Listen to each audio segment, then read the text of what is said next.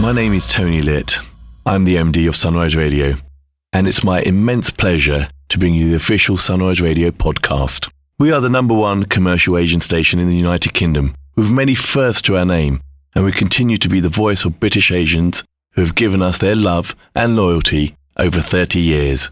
It's a legacy we cherish and a responsibility that we don't take lightly. Our aim has always been to entertain the listeners with the best of Bollywood and Bhangra, while also addressing their concerns. A real voice for the community, a vibrant community, and a great nation. We are proud to be British and Asian. This podcast is a compilation of some of the things we do on the station, with a stellar lineup of presenters who each have their own personality and style. It's entertaining, informative, engaging, and we hope you will enjoy it here as a podcast if you are unable to tune in to the radio.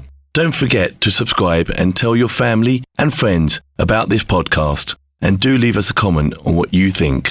We'd love to hear from you. All the best always. Team Sunrise. The UK's biggest station mix. Sunrise Radio. Hey, my name is Shabnam Sahi. Welcome to the official Sunrise Radio podcast. I'm on your radio weekdays from 9 a.m. to 12 noon. If you've heard the show, you know what to expect from it. But here are some exciting, interesting Bollywood stories that you may have missed. This time round, served up as part of our official Sunrise Radio podcast. Enjoy. One of the most loved, one of the most versatile, most respected and revered voices from the Indian subcontinent ever. Aaj nahi, kal nahi, ever. Happens to be Mohammad Rafi Sahab. I think his fans all across the world will be delighted to know that Rafi Sahab's grandson, youngest grandson, Fuzail Rafi, he launched an online music institute recently. And this is dedicated to the memory of his legendary grandfather, naturally. Now, in a recent interview, Fuzail Rafi kehte hain ki it is both overwhelming and exciting. Words fail to express how I feel. I'm blessed that it has taken shape and is finally coming to fruition with the amazing dedication of a team that brainstormed on this and then worked diligently on this project. Each day passes with a tribute and a prayer towards my Dada Abba, Mohammad Rafi Sahab. Without his blessings, it wouldn't have been possible. And then people asked him, growing up, did you get a sense of just how great your grandfather was? And he says, honestly, everyone knows everything about him via the internet now. I had never got the chance to meet my grandfather in person, but the love and affection that his fans and followers shower on us to this day, it helps me see him through their eyes. And then he says that, honestly, everyone knows everything about him, and therefore, naturally, मैं ऐसा क्या बता सकता हूँ जो लोगों को नहीं पता है. Lekin I do remember that when I was a kid, a fan once touched my feet because people say I look a lot like him, and I got startled and I pushed him away. It was later that I realized that he was doing it out of sheer love and respect for my Dada Abba. My mom told me of my grandfather's generosity, his kindness, his humbleness, and what a remarkable man he was. Not just a much-loved playback singer, but as a person, just how amazing he was and how many people loved him. If I can be even a tenth of him, अगर मैं उनकी परछाई भी बन जाऊं ना, तो ये बहुत बड़ी बात है. And then he was asked to pick his favorite Mohammad Rafi song. Naturally, ऐसे सिनारियो में कोई भी कहेगा कि यार, how can I pick one? ये तो ज़्यादती होगी. But you know what? He did pick one. संभाल लो मुझको ओ मेरे यारों, अब संभलना मुश्किल हो गया. गुलाबी आंखें जो तेरी देखी, शराबी ये दिल हो गया. Keeping people safe and protecting jobs and livelihoods too, as much as possible. Bollywood is walking that tightrope just like the rest of the world. And for some, this could mean shifting the location of your shoot in India to a state where COVID is under control and strict rules and regulations are being followed. Strong rumours in Bollywood suggest that Team Adipurush, Om Raut's next big production with Prabhas and Saif and Kriti Sano, they have another 45-50 days of work left, which could be completed safely if they move from Mumbai to Hyderabad. We'll keep you posted. Caught between a rock and a hard place. That's probably how Hrithik Roshan would describe his dilemma over choosing between two plum projects, both of which seem to be stuck right now, much to everyone's disappointment and frustration. Lekin kya kiya jaye? You've just got to patiently wait for things to be safe again in India, right? So Hrithik Roshan, he had the agonizing task of choosing between the Hindi remake of Vikram Vedha, which is an offbeat, riveting cop and gangster thriller with Saif Ali Khan already drafted in as the cop, Either this or the big budget, glossy, BBC-backed official remake of The Night Manager, stepping into the Bond-like, phenomenally exciting character nailed by Tom Hiddleston. So Hrithik had to choose between Vikram Vedha and The Night Manager to make his digital debut with. That was the other exciting aspect to this story. So what did Hrithik do? He chose Vikram Vedha, then he walked out of Vikram Vedha saying, no, I've got date problems. Then he said yes to The Night Manager, then he said no to The Night Manager. No one really knows what he's doing right now. मुझे तो लगता है ना, as long as he hasn't said yes to a special guest cameo in Radhe Your Most Wanted Bhai 2, I'm okay with anything. What about you? In COVID times, when safety is everyone's first priority, delving into the archives almost proves to be therapeutic, right? Looking back on films that brought us tears and laughter, brought us joy and food for thought. 6 years of Shujit Sarkar's Piku is something Bollywood fans are buzzing about, and we've discovered some behind-the-scenes gossip from the sets of this father-daughter saga, Piku.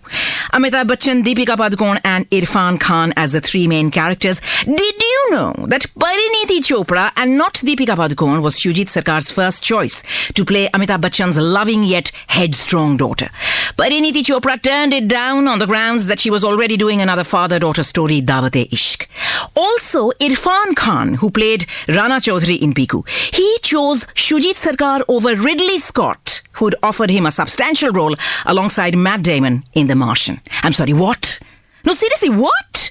Irfan Khan said at the time in an interview, yes, I was offered The Martian, the director Ridley Scott and I met, we had a memorable conversation. What an inspiring talent he is in so many ways. And here he is, a man who's so busy, and yet he told me that he'd seen my film The Lunchbox, which is why he was offering me the role. So I asked him, Ridley Sahab, how do you find the time? You're a producer, you're a director, you do so many things. And he said, guess what? Drawing inspiration from, or rather appreciating international cinema, that is my bedtime story. That is what I do. Well, in short, in a battle between Shujit Sarkar, or rather, well, battle to nahi kahenge, but to choose between Shujit Sarkar and Ridley Scott, Irfan Khan ne aankh band karke, bejhijak, he chose Shujit Sarkar. Did he do the right thing? And staying with some behind-the-scenes facts from Shujit Sarkar's Piku, which recently completed 6 years of release. By recently, I mean yesterday. We already know that Parineeti Chopra was his first choice and not Deepika. We already know that Irfan Khan chose Shujit Sarkar over Ridley Scott. No, seriously. Now, apparently, Shujit Sarkar and his wife, they were Deepika's unofficial Bengali coaches on set.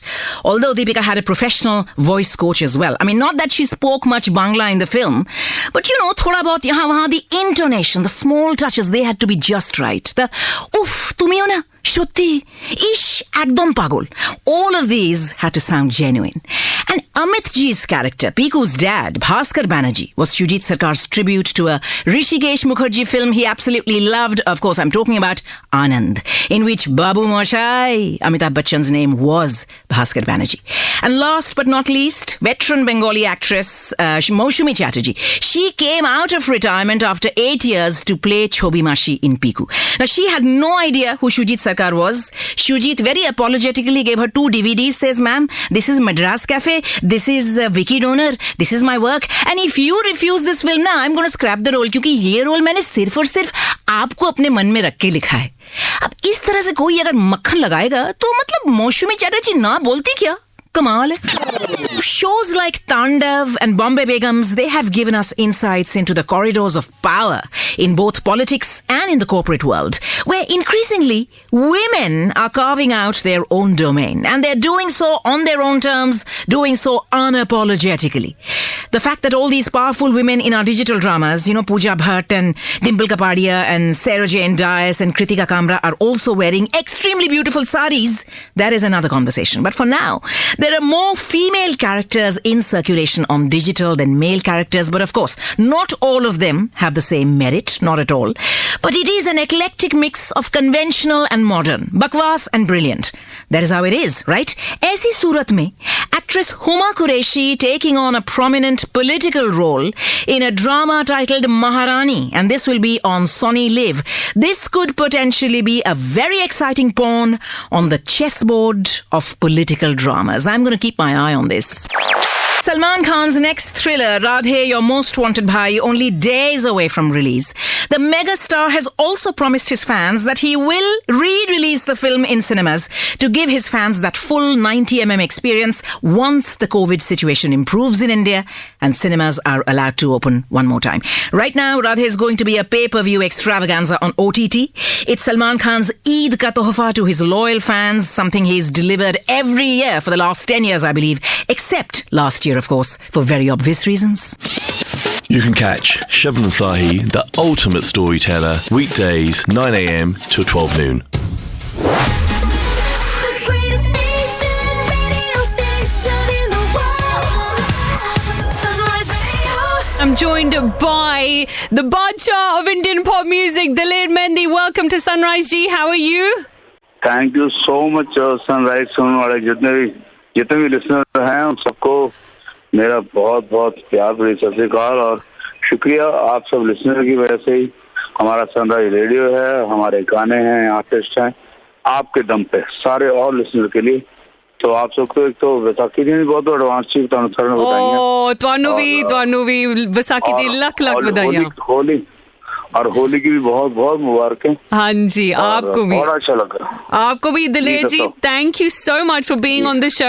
आपने अभी होली का mention करा, आपका नया गाना आया है होली का, उसके बारे में थोड़ा सा बताइए। ये बहुत बहुत कमाल गाना है, रगड़ा गाना है, गाने का नाम है रगड़ा। हाँ जी। और रगड़ा का जो है कि एक तो जैसे शरदाई रगड़ते हैं, क्योंकि होली में स्पेशल ट्रेडिशन है इंडिया का कि लोग ठंडाई बनाते हैं, शरदाई बनाते हैं, और कुछ जगहों में, कुछ जहाँ पे अलाउड है वहाँ पे भांग रगड़ते हैं। तो ये स्पेशल छेड़छाड़ का गाना है, मस्त का गाना है। और क्योंकि मैं पैदा हुआ तहसीलपट्टनम बिहार में, हाँ जी, तो मेरी जो मदर टंग है वो है बिहारी, भोजपुरी। हाँ जी। और मुझे गुरु नानक महाराज ने बड़ी ब्लेसिंग की है कि मैं पंजाबी गाने में बहुत हिट हुआ, पंजाबी गाने च। तो इसमें मैंने दोनों लैंग्वेज, अपनी मदर टंग जो मेरी बिहार की है और भोजपुरी और पंजाबी दोनों को मिक्स किया है, इसका तड़का है। बड़ा मजेदार गाना है, बहुत मस्ती वाला गाना है। जो भी सुनेगा वो विजुअली बहुत अच्छे हैं और गाने के बोल बड़े अच्छे हैं। Amazing, Daler ji. We can't wait to play on the show and we cannot wait to hear it as well. Daler ji, आपने बहुत सारे गाने गाए हैं, बहुत एंटरटेन किया है आपने for so many years. आपको अपना एक गाना कौन सा बेस्ट लगता है अपना? मुझे अपना सबसे गाना बेस्ट जो है वो है बोलो तारा रारा, बिकॉज वो बोलो तारा रारा मैंने अपनी मम्मी के मुंह से सुना था और मैं अपनी मम्मी को बीबी बोल रहा था। तो जब बोलो तारा उन्होंने बोली गाई तो मेरी बीबी ने बोला कि उन्होंने बचपन में अपनी नानी से सुना था, तो वो मुझे बहुत पसंद है। मेरी माँ ने मुझे जन्म भी दिया है और कर्म भी दिया, लक भी दिया है। मैंने बहुत ही कहावत सुनी है कि माँ जन्म देती है और कर्म नहीं देती, बट मेरी माँ ने मुझे जन्म देता है, कर्म देता है। मुझे ऐसा गाना दिया कि पूरे वर्ल्ड में मेरा नाम हो गया और वहां से ही हमारे की कृपा नहीं हुई कि आज हम लोग पूरे वर्ल्ड में छाए हुए हैं। और दूसरा मेरा फेवरेट गाना तुनु तुनुक है, जो साउथ कोरिया में भी हिट है। दिलेर जी, पूरे वर्ल्ड में वो गाना आई थिंक फिर से वायरल हो गया था अभी रिसेंटली भी। तो आई थिंक उसके लिए आपको बहुत मुबारक हो। दिलेर जी, अब ये जो पैंडेमिक आया है, आपने सबसे ज्यादा क्या मिस किया है? मुझे लगता है मैंने ज्यादा मिस नहीं किया, मैंने शुक्र किया बाबे नानक का, गॉड का, कि शुक्र ये पैंडेमिक आया, इसकी वजह से हम लोगों को अपनी वैल्यू पता लगी, खुद की वैल्यू, नॉट फैमिली वैल्यू, ये सब नहीं। आदमी को अपनी वैल्यू पता लगी, ऑन के हु एम आई, क्यों हूँ मैं और मुझे क्या करना चाहिए। हम लोग हरदम भाग दौड़ कर रहे हैं, अच्छे से ब्रांड लेने की कोशिश कर रहे हैं, अच्छे से खाने की कोशिश कर रहे हैं, गाड़ियां लेने की कोशिश कर रहे हैं, लेकिन अपने आप को, अपनी बॉडी को, ये जो हमारी बॉडी एक टेम्पल है, इसके लिए हमने कभी सोचा नहीं। तो शुक्र है ये आया और हम लोगों ने अपने आप को टाइम दिया। बहुत मजा आया। मैंने इस माहौल में भी मैंने 10,000 ट्री मैंने लगाए, 10,000 पेड़ लगाए मैंने। Wow, amazing. मैंने दिल्ली में 1998 में इनकम टैक्स पे करके अपनी सेविंग से 8 लाख पेड़ लगाए थे पूरी दिल्ली में। Wow, that is amazing, Daler ji. That is wonderful to hear that. That's really nice. And I know आप भी busy हो आज, तो जाने से पहले मैं आपसे पूछना चाहती हूँ कि आप हमारे लिए कोई भी अपना एक गाना गा सकते हो. ओ लस्सी पिलाई के ओ राजा लस्सी पिलाई के रगड़ा रे रगड़ा हे रगड़ा ना फिर मंजी ठोको ठोको मंजी मंजी ठोको ठोको मंजी रगड़ा रे रगड़ा. आप भी इस गाने को एंजॉय करें, बिल्कुल, आपको बहुत अच्छा लगेगा. Will do, Daler ji. Thank you so much. Take care. You too, take care. Bye bye. So there you have it, Daler Mehndi live from India. Listen to our Bollywood queen Anushka Arora from 12 noon to 4 p.m. weekdays on Sunrise.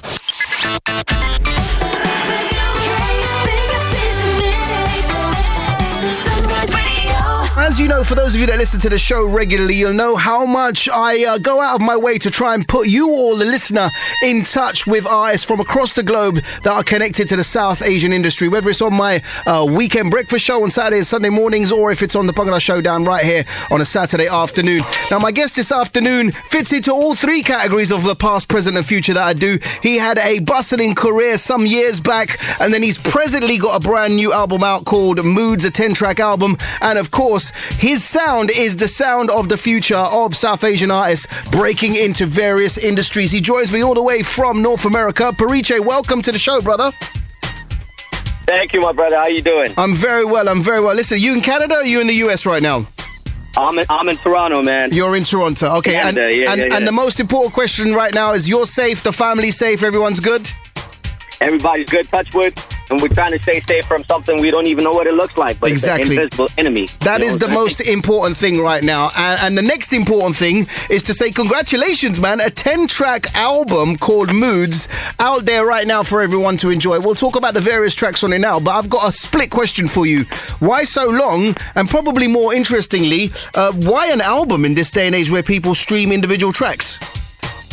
Well, basically, why so long? The thing is, look, the last time I put out an album was 2015, right? But after that, in 2016, 2017, I did Love Shada, which was like probably from what I'm told, it's the first time someone from outside of India did 7 out of 8 songs on a Bollywood film soundtrack. So that took up a hell of a lot of energy, time, and effort, as you would imagine. It's Bollywood films, right? Of course. So I did that, and then after that, I dropped a record with Nargis Fakri and Cardinal Official, which was a single. Then I did a song with Sean Kingston, which was again a single. Then I did a song with Jonita Gandhi, the official remake of Tum Mila Dil Khile, which was a single. Then I did a Desi hip hop song with Sony Music in India called Champion with Raga Pradhan, Haji Springer and Ace, which was again in a different zone. So I've just been having fun. I've been trying to work with different genres and experiment, and you know what I mean? So now I felt like all of that experience, all of those vibes, and to be very honest with you, man,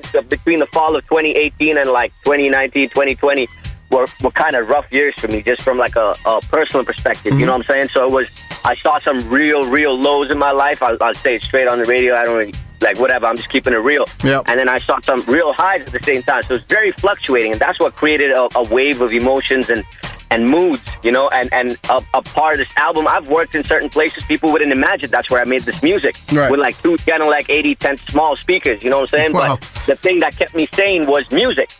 You know what I mean? And so I just kept working, and right now I got a bank of about, I'm not even lying, 300 songs, 30 songs ready to go. Wow. And when I sat with it and I said, you know what, now, God, thank you. All those times you just thought I was just working endlessly with no real goal to release in mind. Here I am now. Let's put some music out, because that's what the fans want. I see comments everywhere. Bhai, kidhar ho? Bhai, come back. Bhai, this, that. I'm just like, man, people want to vibe to some good music during these crazy times. What can I do? You know what I'm saying? So I'm like, Moodz. Let's call it Moodz, and let's put this record together, and let's get like dope collaborations going. Let's add EDM. Let's add hip hop. Let's add R&B, soul. Slow songs, fast songs, dance songs, sad songs, everything. And that's what I try to do, is just bring 10. It's really not 10 songs, it's 10 moods on the album. It really is, and we'll talk genres in just a second. How does an artist like you go from a bank of 300 songs and then pick 10 to go on an album? I mean, what makes you make those selections?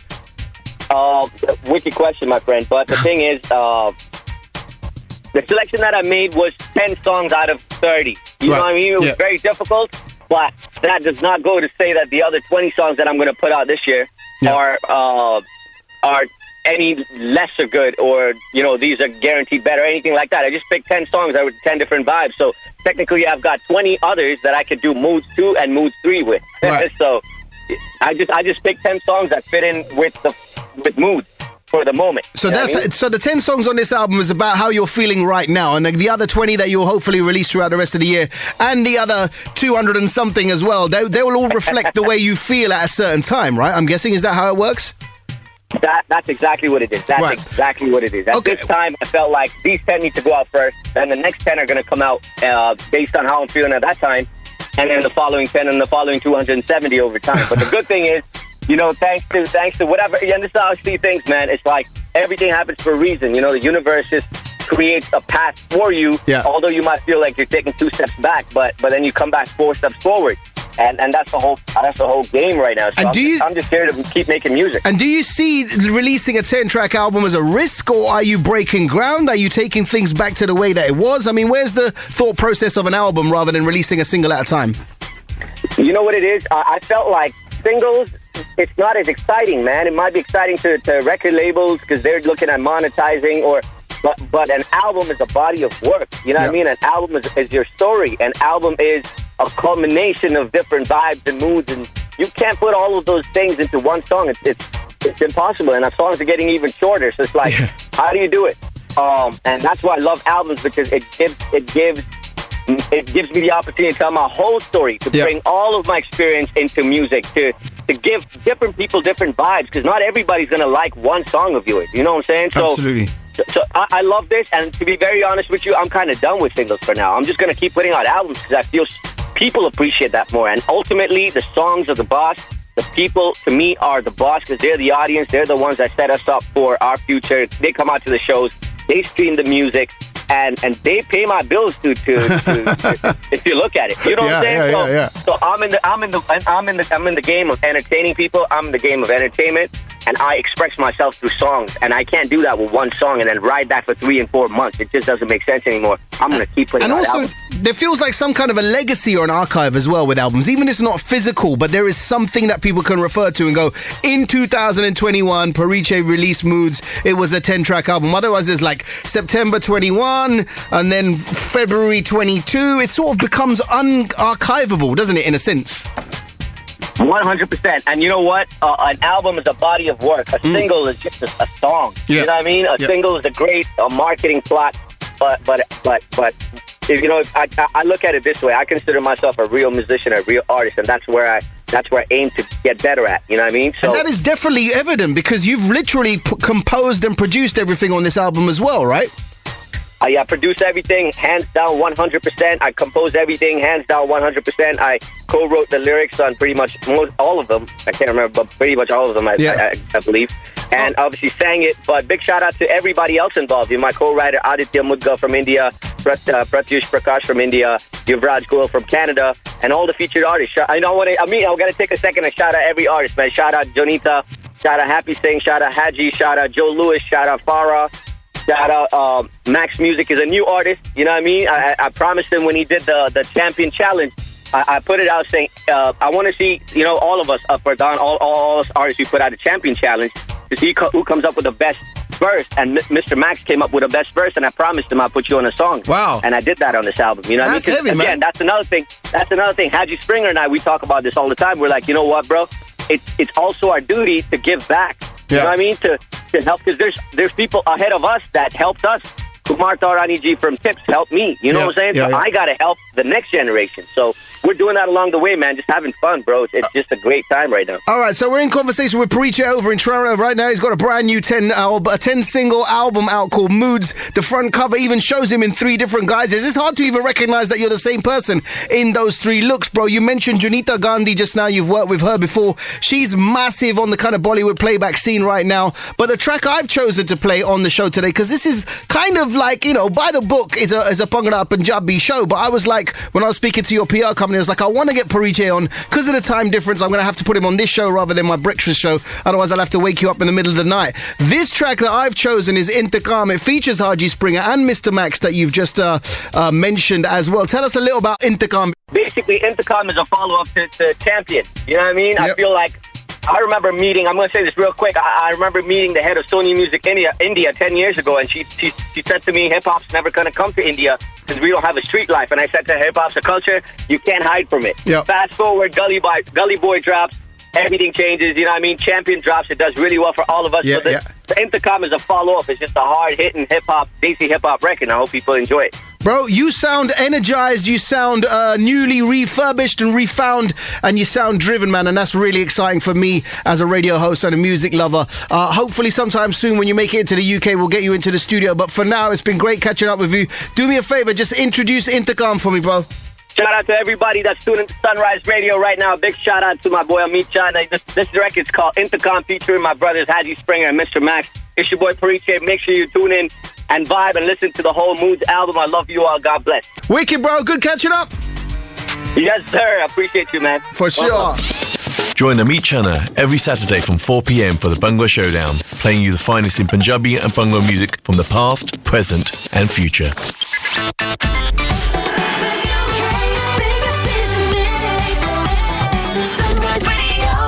This is Anila Dhami on Sunday. Anila is currently on a well-deserved break in the countryside. My name is Serena Lit and I'm filling in for her today. I am now joined by Bob Blackman, the Conservative MP for Harrow East, who I'm sure will have plenty to say about the London results. Good morning, Bob. Yes, good morning. How are you feeling this morning about the London Mayoral and Assembly results? Yeah, well, I mean, I think a month ago, the opinion polls had Sadiq Khan 26% ahead of Sean Bailey. So this has demonstrated that a dramatic change in London's view, a big swing back to the Conservative Party. And Sean Bailey, who was written off, frankly, by all the commentators, all the social media commentators, the media, and I have to say, not given a great deal of help and sufficient assistance, in my view, by the party centrally. That is interesting. That is interesting you say that. He's done a brilliant job, and it's interesting. You're looking at figures for the first time ever in the Brenton Harrow Assembly constituency. The Conservative Party won the mayoral election. All right, we didn't win the whole of London, but that's a unique position to be in because every other time Labour has won fairly comfortably in Brenton Harrow. And so this is a very significant area because a lot of your listeners will be, of course, in the either the Ealing and Hillingdon constituency or the Brenton Harrow constituencies, both of which voted strongly for Sean Bailey. So I think that's very good news for us. And in terms of the Assembly, the Labour Party are down one and the Conservative Party is up one in terms of seats on the Assembly. Which is good news because overall that restricts the position that Labour has on the Assembly and will mean that the Mayor is held much closer to account for the decisions that he makes. I would congratulate Sadiq Khan on winning, but with a much reduced majority at a time when everyone was predicting he was going to win on the first ballot. But it went to a second ballot. And indeed, there's a much closer position between the parties on the overall vote. It must be said that Sean Bailey did run a good campaign, as you said, with very little support, and that has been picked up on. You know, when you see how many times the Prime Minister visited Hartlepool, I can't remember a time that he visited Sean Bailey. I could be wrong about that. No, he was with Sean. He was? On several occasions. Yeah. Okay. I mean, I think obviously the Prime Minister's base is in Westminster. Yeah. His seat is in London, and so of course he was with Sean on a number of occasions because it's much easier, frankly, for him to get out in parts of London than it is to get to Hartlepool. And I think probably the Hartlepool visits were more media focused. Incredibly. Do you think the party are naturally moving away from London due to this great focus on levelling up in the north of England and those red wall seats that delivered the Prime Minister his landslide majority in Westminster? No, I think the key issue is that if you look at the London results, we'll all study the details later. The suburbs of London have voted very strongly Conservative, and inner London has voted for Labour. So Sadiq Khan has got a challenge on his hands now because he's really a Zone 1 mayor. That does mean quite a lot in terms of how he interacts not only with the boroughs but also with the government. You quite rightly say, for example, that Sadiq Khan's landed London and Transport for London with an immense debt. Now, we all know that during the pandemic, the fare box has gone down considerably. I mean, we all understand that. But the government have bailed out TfL to cover that debt. So our problem now in London is how we deal with this incredible debt that Transport for London has built up under Sadiq Khan's leadership, and how it is covered. The deal that the government and Sadiq Khan negotiated runs out this month. So there's real concern about what happens for the future. So that has got to be his top priority. His second priority has got to be dealing with knife crime. I mean, the reality is that, unfortunately, too many people, and they tend to be young people, are losing their lives on our streets. Yeah, let's talk about that a little bit more, actually, because Sadiq Khan is the incumbent mayor, and there has been a lot of anger about knife crime in the capital. Sean Bailey said he would introduce 8,000 more police, 4,000 youth workers, reopen 38 police stations across London, 32 new youth zones as well, in order to get tough on knife crime.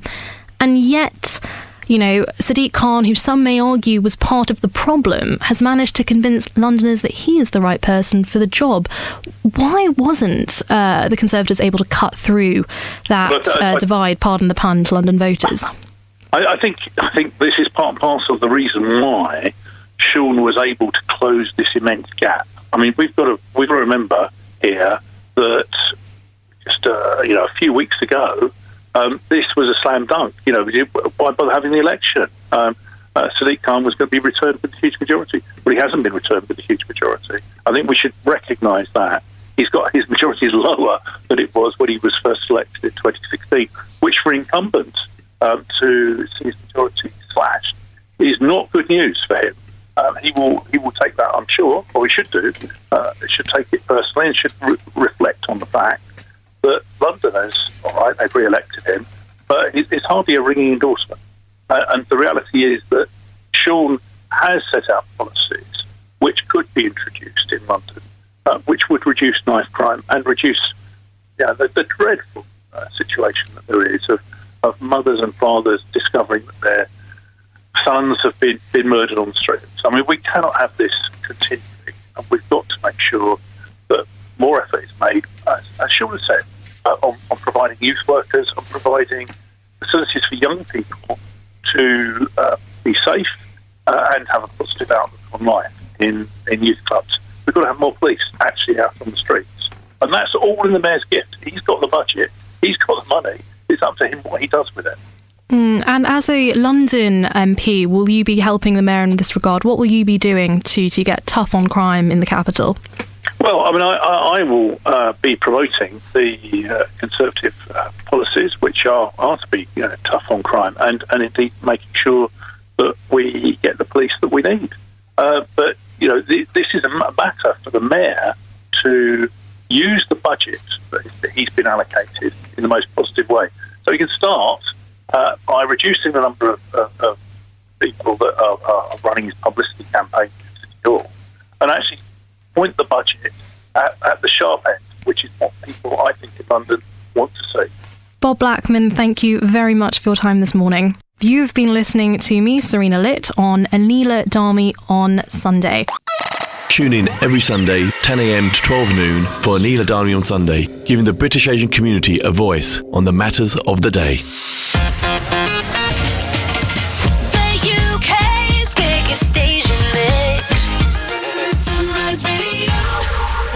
Niraj here on Sunrise. Dishkyo! Love this one. So feel good, isn't it? From Kismet Love Paise Delhi. Sudhir over in Bangalore is saying to me, Niraj, you're giving all the people who are giving the wrong answers tonight a bit of a hard time. Am I really? Come on. Well, but, you know, there's a reason, because they give me the wrong answers, right? If they give me the right answers, then I won't be giving them a hard time. There we are. Keep your answers, please, coming in for initial reaction. I'm going to be revealing all. That of course means the answer around the corner. So yes, indeed, keep those answers coming in. Time to give you the answer for tonight's initial reaction. Most of you in the end managed to get there, so very well done. And yeah, sorry if I had a go at you before for giving me the wrong answer. But you know, I mean, it's the thing, right? You know, I have to have a go at you for having the wrong answer to make sure that you get the right answer. See, there we are. It's the teacher within me coming out. So as I mentioned, 2019, this movie came out, directed by A.S., A for Alpha, S for Sugar, and starring A.K., A for Alpha, K for Kenya, and P.C., not the PC you're thinking of, P for Papa, C for Charlie. And alongside them in supporting roles, there's a whole bunch of other actors and actresses not as famous, but still as important in the movie. M.S., M for Mother, S for Sugar, and A.B., A for Alpha, B for Bravo, are some of those actors. Which movie was I thinking of from 2019? I was, of course, thinking of the film Kesari from 2019. Yes, indeed, Anurag Singh was the director. Akshay Kumar and Pariniti Chopra, there we are, in the lead roles in that movie. So yes, very well done if you got it. Mir Savar was the name of one of the actors, and also Ashwath Bhatt as well. They've been in a couple of other movies in supporting roles. Could be stars on the rise. So there, we're very well done. If you got the answer, Kesari, well done. 2 versions there over in Bangalore. Anupam over in Winchmore Hill. Finally got there in the end. Rajesh in Glasgow, okay, just in the nick of time. Jamie in Harrow, well done to you. Who else? We've got H in London for guessing as well tonight. Shweta, don't know where we're messaging from, Shweta, but very well done, you got it. Nori over in Southall, well done. Matthias over in Ontario, Canada, very well done to you. You got the answer as well. And I'm just getting another message from D, I believe, as well, who's got it correct. The answer was Kesari from 2019, and from that movie, Sanu Kendi.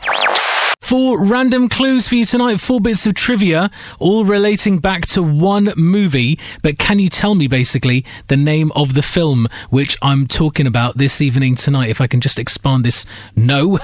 For some reason, this notepad of mine, which I've written the answers on, does not want to expand. So, okay, I'm going to have to take my time with it. Anyway, film in 4 clues. Right, 4 clues here for you. Are you ready? What film am I talking about this evening tonight? Clue number 1. Akshay Kumar, the Akshay Kumar, was having a bit of a hard time before this film was released. Oh dear. His previous films were not doing that well, his previous films didn't do that well, that should be, but this film reignited his career and it established him as a comedy star. So clue number 1, Akshay Kumar was having a bit of a hard time before this film was released. His previous films didn't do that well at the box office, but this film reignited his career and established him as a genuine comedy star. Clue number 2 is that Akshay Kumar was not the only actor to switch to comedy roles as a result of the success of this movie. Paresh Rawal was in this movie as well, and it established him as a comedy star as well. So clue number 2, Akshay Kumar, not the only actor to switch to comedy roles after this. Paresh Rawal was in this movie, and it established him as a big comedy star too. Clue number 3.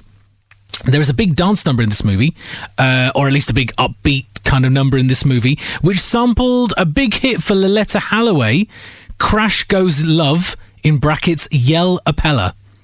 I can't say that I've heard that recently on the radio, but yeah, it was a big hit at the time. Loletta Holloway, Crash Goes Love, in brackets, Yell Appella, and a number in this movie sampled that song. Bonus points if you can tell me which one, by the way. But there we are. Clue number 3. And clue number 4, a whole bunch of actresses were offered the lead role in this movie, but they kept on passing the buck, pretty much. It was offered to Karishma Kapoor. She said no. Then they passed it on to Mamta Kulkarni. She said no. And eventually, it got passed on to Tabu, who took up the lead role in this movie. What film am I talking about? One more time again for you. Film in 4 clues. Clue number 1, Akshay Kumar was having a hard time before this film was released. His previous movies didn't do very well, but this film reignited his career, established him as a comedy star. Clue number 2, not only Akshay Kumar, but also Paresh Rawal as well. It re-established him as a comedy star as well. Clue number 3, there's a big number in this movie which samples the hit for Loletta Holloway, Crash Goes Love, in brackets, Yell Appella. And clue number 4, a whole bunch of actresses were offered the lead role. They all said no. Karishma Kapoor said no. Mamta Kulkarni said no. But Tabu eventually said yes. What film am I talking about? Right, just about enough time for me to go and tell you the answer for tonight's film in 4 clues, which was, of course, the movie Hera Fairy from 2000. Very well done if you got it. Priyadarshan directing, along with Akshay Kumar, Sunil Shetty, Tabu in the lead role, and Paresh Rawal there going ahead and regenerating the roles there for Paresh Rawal and Akshay Kumar, and Tabu there in that lead role. Very well done if you got the answer. Well done to Barbara over in Swansea, Vershan Sudhir over in Bangalore. We've also got Nemo over in Hounslow. Managed to get it. Jamie and over in Harrow, Jasmine in Hayes, Matthias in Ontario, Canada. We've got somebody who's not told me their name. That's not very helpful, is it? Rohit over in Chiswick, well done. Sab over in Essex, Mira in Walthamstow, Chirag in Colindale, Dipesh over in Milton Keynes, Hershad in Harrow, Noman in Woking, Money in Reading, Bimla in Forest Gate. We've got, oh my goodness, I can't see these names. Archana, I don't know where we're messaging from. Tony from Sunderland, thank you. We've got Arti in Kent, Bobber in Swansea. We've got Dels in from New Zealand. Wow. And Nanki over in Glasgow. We've also got H in London messaging in tonight. And I believe a message that came in a bit earlier. Shabana Dai. Don't know who we're messaging from, but well done. Hera Fairy was indeed the movie I was after this evening tonight. Thank you so much, everybody, for your messages. I'll catch you next week. See you then. Helping you unwind on a Friday with tunes and Bollywood games to get your weekend ready. Don't forget to join Niraj on Sunrise on Fridays and Saturdays from 7 to 10 p.m.